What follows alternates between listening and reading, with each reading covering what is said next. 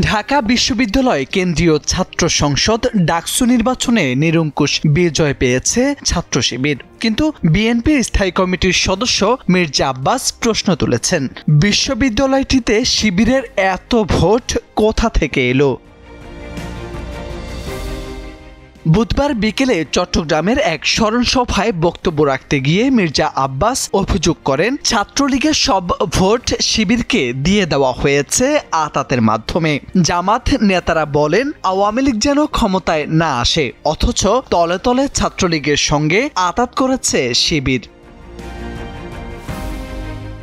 মির্জা আব্বাস বলেন, যেখানে জামাত নেতারা আওয়ামী লীগকে ঠেকানোর কথা বলেন, সেখানে ছাত্রলীগের সঙ্গে আতাত করে ডাকসুর সব ভোট নিজেদের দখলে নিয়েছে শিবির। ঢাকা বিশ্ববিদ্যালয়ে এত ভোট কিভাবে পড়ল তা কোনো হিসেবের সঙ্গে মিলে না। সরাসরি কারচুপির অভিযোগ না করলেও তিনি ইঙ্গিত করেছেন, একটি গভীর ষড়যন্ত্রের দিকে যাচ্ছে দেশ। আমাদের শিক্ষা নেওয়া উচিত যে কিভাবে কালকে ডাকসু ইলেকশন কিন্তু দুটা কাজ হয়েছে, ইলেকশন ইঞ্জিনিয়ারিং 2008 সালের মতো, আবার ছাত্রলীগের ভোট। দেখেন এরা কত বড় মুনাফিকের দল।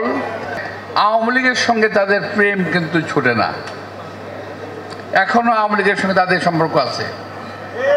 এই নির্বাচনও ভারতে বসে বসে তারা ইনস্ট্রাকশন দিয়েছে জামাতকে ভোট দিতে হবে, অর্থাৎ বিএনপিকে ধ্বংস করলে পরে আর কোনো সমস্যা থাকে না জামাত ইসলামের। মির্জা আব্বাসের মতে ঘটনার পেছনে দেশের বিরুদ্ধে একটি বড় ষড়যন্ত্র লুকিয়ে আছে। এ সময় তিনি বিএনপির বিরুদ্ধে আনা নানা অভিযোগ প্রসঙ্গেও কথা বলেন।